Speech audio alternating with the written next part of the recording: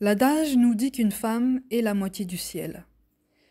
Mais dans cet ensemble de belles représentations, l'on oublie son essence.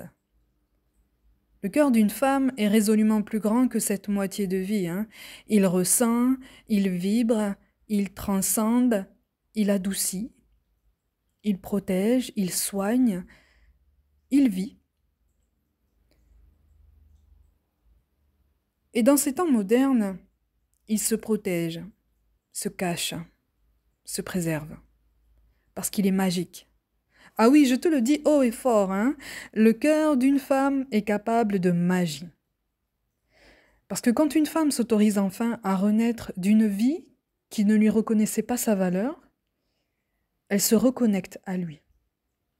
C'est instinctif, intuitif ou primaire selon ceux et celles qui observent cette transformation d'un point de vue volontairement très lointain. Mais pourquoi cette intuition primaire et instinctive serait-elle étrange ou malvenue? Parce que nous sommes aujourd'hui en 2025? Parce que ce qui ne se mesure pas en simple statistique normée a longtemps été montré du doigt car considéré comme sauvage, indomptable, trop subtil, trop puissant peut-être. Mais selon quelles règles? Quels accords universels?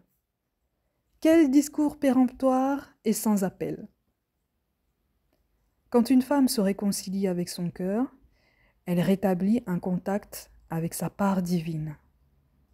Quelque peu sauvage, certes, mais dans la définition la plus noble qui soit, dans son sens le plus naturel, dans sa réalité peut-être encore ténue et dans laquelle elle récupère pleinement son droit au bonheur, dans laquelle sa vision de la vie devient enfin plus importante que les énergies discordantes, dans laquelle son discours, sa voix à elle, trouve sa place, sa tribune, sa force de frappe. Et quand une femme s'accorde le droit plein et entier de se célébrer au quotidien, son regard et sa verve ne deviennent pas plus féroces. Son regard sur elle-même se nourrit de bienveillance. Elle veut désormais se voir réellement et se faire confiance. Elle embrasse sa métamorphose subtile avec lucidité, clairvoyance et amour. Un amour qui défie toute logique rationnelle et compartimentée. Elle se considère et apprend à revenir à elle-même dans les jours un peu flous. Elle prend conscience des trésors qu'elle porte en elle à bout de bras, comme dans toutes ses prières. Cette renaissance, c'est un nouvel enracinement, un nouvel ancrage qui répond à sa nature réelle, à sa force, à sa puissance. Peut-être finalement que tout n'est que résilience. Parce qu'on oublie bien trop souvent que le cœur d'une femme n'est pas fait pour souffrir ou s'oublier. Pour autant, on l'a érigé au statut incompréhensible de guerrier moderne le plus universel. L'indifférence et le mépris sont devenus ses meilleurs ennemis. Et dans l'ombre, la peur et l'ignorance sourient. Mais le cœur d'une femme, lui, nourrit sa lumière d'une source bien plus grande. Si tu m'entends aujourd'hui dans ton brouillard, mes mots sont pour toi. À toutes celles que l'on a montrées du doigt et plongées dans le désamour et le silence, il n'est jamais trop tard pour revenir à soi. La part de toi que l'on t'a convaincu de mettre de côté est celle qui te demande de l'aimer. Et l'intégrité, me diras-tu. Commençons donc par l'éloigner d'une subjectivité aléatoire. L'on peut bien souligner la morale, mais de qui parlons-nous? Chacune de nous est unique, puissante, atypique, est capable de beauté que personne d'entre nous ne soupçonne vraiment, car elle dépasse notre entendement. Ton regard sur toi-même peut s'ouvrir à la plus grande douceur. S'aimer soi-même peut s'apprendre, en adoptant un discours intérieur différent, en s'accordant le droit de s'exprimer, de dialoguer sans attente ni désillusion, avec confiance, curiosité et, encore aujourd'hui, il faut bien l'avouer, du courage. Mais ton courage ne devrait pas être synonyme de souffrance. Cette souffrance vient d'un développement personnel qui heurte des certitudes conditionnées, parfois même depuis l'enfance. Mais ton cœur a-t-il besoin de conditions pour te permettre d'être toi? As-tu envie de t'aimer à moitié? Cette part de toi qui t'attend dans l'ombre ne te demande pas de lui résister, mais de l'écouter. Qu'a-t-elle besoin de t'enseigner? Vers quel horizon essaie-t-elle d'attirer ton regard? Dans tes premiers pas sur le chemin du retour à ton cœur, tu auras d'abord l'impression d'être en quête d'un labyrinthe dont l'entrée est invisible à l'œil nu. Puis, les faux jumeaux, fatigue et découragement viendront se rappeler à toi. Ils te parleront allègrement d'échecs, d'illusions, de causes perdues, de jugements extérieurs, avec force ténacité. Mais quelque part, l'ironie peut être remarquable dans ce parcours, parce que c'est leur ténacité qui attirera lâcher-prise et détachement. Et c'est toi qui les appelleras, avec ton cœur.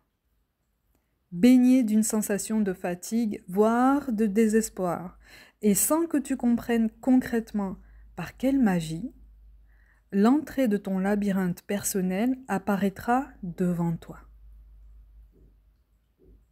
Tu incarnes ce labyrinthe. C'est l'ensemble de tes expériences passées, actuelles et potentielles. Ce sont les trésors cachés en toi, ces atouts que tu n'as pas encore remarqués, cette solidité sur tes appuis, ces ambitions et ces envies pour lesquelles tu te sens gêné ou pas encore légitime. Ce que tu penses être un vacarme assourdissant et dispersé en toi n'est autre que le fil de tes pensées contenues, de tes projets inavoués, de tes rêves dont tu as refusé l'accès à ta réalité, en tout cas ta réalité du moment, pour essayer de te préserver. C'est tout à fait compréhensible. C'est le divin qui parle en toi, qui résonne en cri du cœur. À ce stade, sans doute as-tu perdu ta capacité à sourire à nouveau. L'idée de rire un jour aux éclats est même tombée aux oubliettes, comme lettre morte dans un désert. Inconnu à cette adresse, merci, au revoir. Adieu même. Pourtant, tu as trouvé ce labyrinthe. On t'a donné la force d'en reconnaître la clé. Aussi, le plus difficile dans une reconnexion à son cœur est d'accepter d'entrer sur ce chemin, de faire ce premier pas. Parce que cet acte d'amour puissant et symbolique porte un message d'espoir que tu ne veux pas décevoir. Mais pourquoi en serait-il ainsi? Permets-moi de te proposer et de t'accompagner dans cette quête sous un autre angle, moins formalisé. Et si tu t'accordais la possibilité d'entrouvrir la porte de ce nouvel espace, comme ça, juste par curiosité, pour prendre la température, observer sans te juger, t'autoriser à ressentir. Mais Mélissa, c'est trop brouillon, trop sombre, trop triste, je suis perdue, je ne m'y reconnais pas. Assurément. C'est le premier miroir que l'univers te présente. Peut-être qu'il sera tellement recouvert de poussière que tu n'y verras même pas ton reflet. Peut-être que tu ne trouveras dans un premier temps qu'un seul petit éclat de ce miroir, mais tu entendras instinctivement qu'il fait partie intégrante de toi. Ces retrouvailles très personnelles te paraîtront d'abord dissonantes ou même redoutables, hein. Mais la suite de ton cheminement t'aidera à percevoir une toute autre mélodie. Lointaine, hésitante, puis plus assumée, hein, plus présente. La poussière s'effacera peu à peu, tu rassembleras tous tes éclats avec une patience grandissante. Tu auras envie de revenir sur tes pas, tantôt de pleurer, tantôt de te féliciter. Mais ta renaissance sera déjà sublime et souvent incomprise, voire rejetée. Qu'importe. Qu'importe. Tu ne te rendras pas vulnérable. Non, non, tu seras en train de te retrouver. Et c'est un des cadeaux les plus sublimes que tu puisses t'offrir. Pour toute la vie, hein, de tout ton cœur, pour toi. Et de façon très indirecte, pour ta lignée.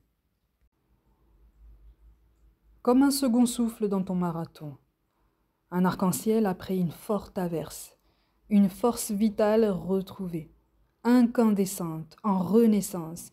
Une véritable relecture de soi, avec les brouillons, les ratures et les répétitions. C'est beau, c'est magnifique même.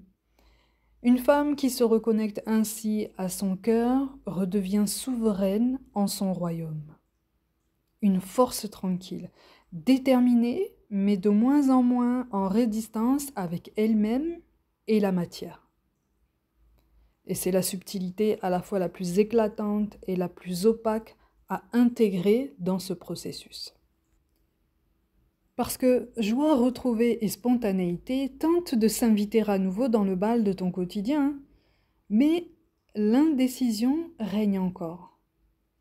Suis-je prête à les accueillir? N'est-il pas trop tôt? Est-ce le moment le plus opportun? Qu'en est-il de colère et tristesse qui sont encore bien présentes? Alors elles sont présentes, hein, j'en conviens, mais sonnent-elles à ta porte aussi souvent? Tu vois, là, c'est ton point de bascule. Tu leur donnes la parole, tu les écoutes pour les comprendre, mais tu ne leur donnes plus le pouvoir de gouverner chaque jour de ta reconstruction. Et pour qui cherches-tu ce nouvel équilibre? Il n'y a qu'une seule réponse possible, hein? Pour toi. Ne me dis pas autre chose. Non, non, non, non, non, non, non, je ne veux rien entendre. C'est pour toi. Tu as le droit d'être heureuse à nouveau, d'être plus spontanée qu'auparavant. Parce que tu es d'ores et déjà en train de comprendre que tu peux mettre en place de petites actions simples dès à présent pour retrouver ta gouvernance. Le monde attend d'entendre ta voix. Ton cœur aspire à plus de foi. Nous sommes toutes des femmes dont le cœur est aussi puissant que l'univers tout entier. Alors souviens-toi que les jours un peu gris sont l'occasion de renforcer ton amour pour toi. C'est le centre de ton labyrinthe, ton miroir éclatant d'une nouvelle vie. Alors es-tu prête pour ce voyage au cœur de toi-même ?